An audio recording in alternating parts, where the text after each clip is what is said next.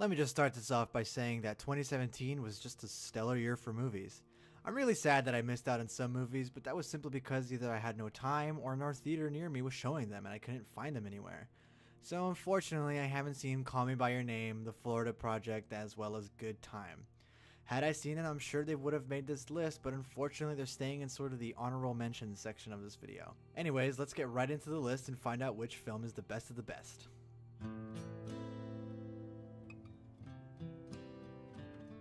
Finally, a breath of fresh air when it comes to the stale superhero genre. Logan gives us a gritty and grimy superhero flick that has Wolverine in his last days. He's a broken man who's lived long past his prime. The beauty of this film to me is its scale. It isn't some giant hole in the sky plot with millions of disposable enemies falling into Wolverine's claws. It's Logan protecting this new batch of mutants and escorting them to safety. The overall plot has no effect on anyone but the kids and Logan himself, and that small scale makes the film so memorable to me. It's dark, gritty, and by far Hugh Jackman's best performance as Wolverine. I'm really gonna miss this character, and damn was he a good Wolverine. Logan, you still have time.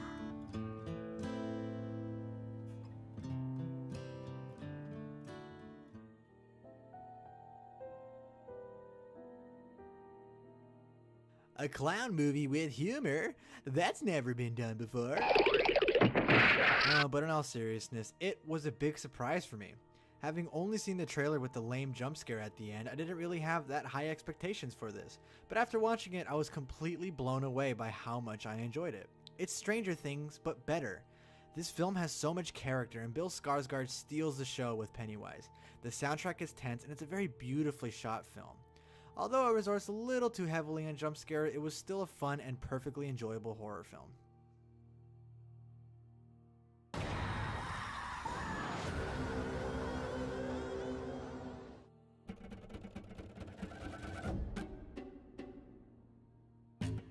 Darren Aronofsky's Mother. It's strange, it's violent, and boy was it controversial. This movie, while not super fantastic, was certainly an experience. People left my theater in anger, and there was moments where people gasped with shock and horror. This film makes my list because while it was super entertaining, I really enjoy the conversations that this movie sparked. People looking online for answers, my most popular video was my Mother review, and so much discussion about this really divisive film. So how's the movie itself? It's well shot, well acted, and leaves you with a heartbreaking message about what humanity is doing to Mother Earth. Javier Bardem kills it in this film, and Michelle Pfeiffer also does a great job. Overall, this film isn't fantastic by any means, but the discussion and how much this movie stuck with me is the reason this film made my list.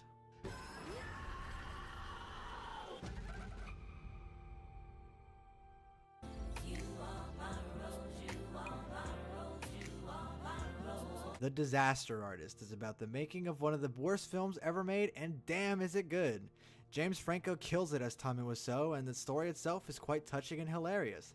Everyone else sort of does a serviceable job, and you can tell that James and his crew really tried to faithfully recreate scenes from the movie.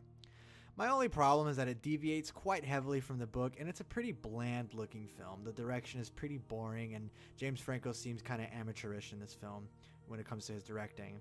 Other than that, though, it had enough heart and faithfulness to the book in order to get a spot on my list. I thoroughly enjoyed The Disaster Artist.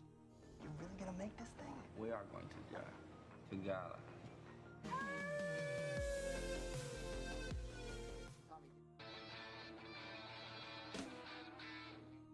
Wow, what a thrill ride.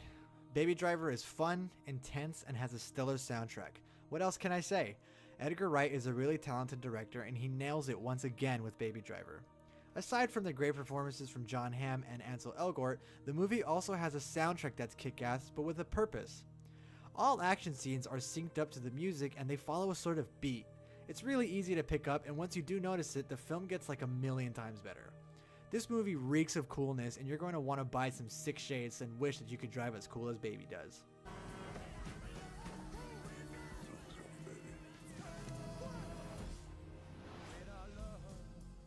Now, let me say this real quick as we go down to my top 5. These movies can be easily interchanged, as I found it extremely difficult to rank these movies because I love them so much. Now, let's continue.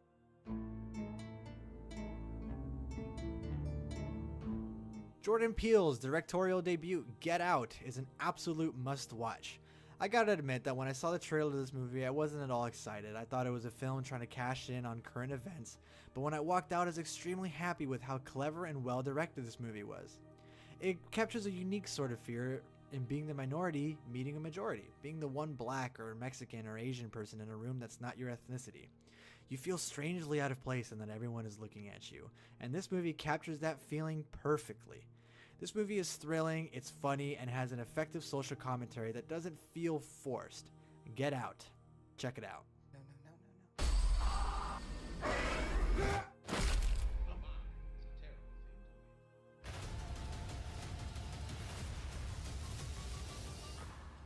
The long-awaited sequel to Blade Runner is finally here, and I feel like it's as good, if not better, than the original. This movie has it all: an enticing mystery, great acting, and a fantastically built cyberpunk world that sucks you in immediately. I found it easier for me to get immersed personally because it wasn't a depiction of the future. Because, let's be honest here, some of the tech they use in this movie would be impractical in today's era. But it's its own world and an alternate universe rather than what we're heading towards. Ryan Gosling does a wonderful job, and Sylvia Hoeks does a fantastic job giving us a cold, hard killer for a villain that feels no remorse whatsoever. Blade Runner's universe and plot sucked me in right away, and its characters and tones gave me an experience I won't soon be forgetting. It's finally unearthed.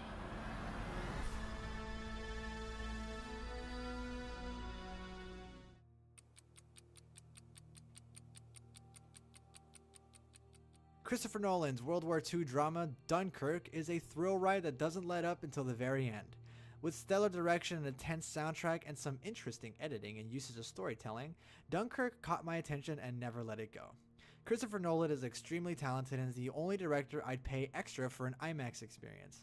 This is a bit of an unconventional film. There isn't a whole lot of dialogue and you don't really learn about the characters, and because of the lack of blood and gore, the explosion scenes kind of lose their purpose to me, but in my opinion that barely takes away from what is an extremely thrilling and tense film. To me, Christopher Nolan's biggest weakness has always been his writing. He doesn't really convey dialogue that well and his characters are usually pretty paper thin, but with this movie he kind of throws that all out the window and says fuck character development, all you need to know about is the scene and what you're looking at. Tom Hardy kills it as the pilot in this film. I highly recommend checking out Dunkirk.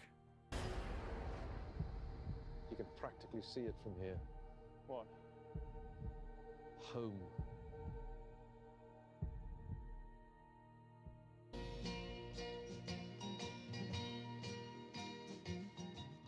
Lady Bird is a pretty standard movie.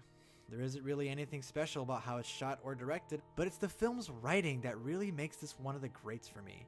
I appreciate a writer's ability to make characters feel like real people, to make them feel believable and give them depth, not through backstory, but through the things they say and the things they do. Lady Bird accomplishes this masterfully in my opinion. It's an excellent coming of age story about a girl growing up and learning the ropes of life. Had my number one film not come out, Lady Bird would have definitely topped this list. But what is number one, you ask?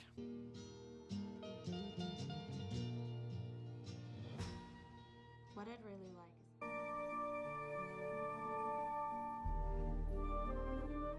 is Guillermo del Toro's self-proclaimed masterpiece, The Shape of Water, is just that, a masterpiece of directing, acting, presentation, and everything else.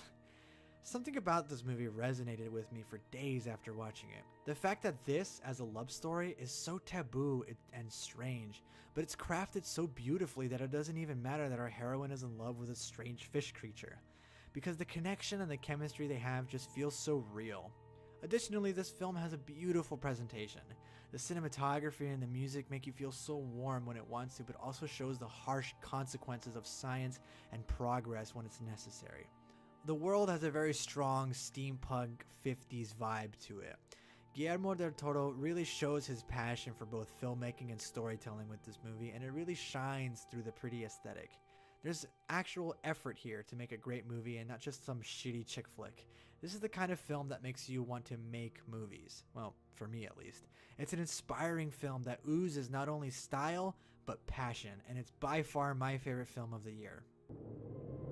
If I told you about her, what would I say? I wonder.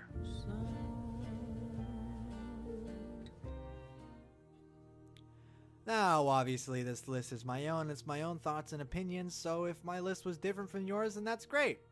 I unfortunately, or fortunately, didn't get a chance to watch any exceptionally shitty films this year, so there won't be a top 10 worst movies of the year list.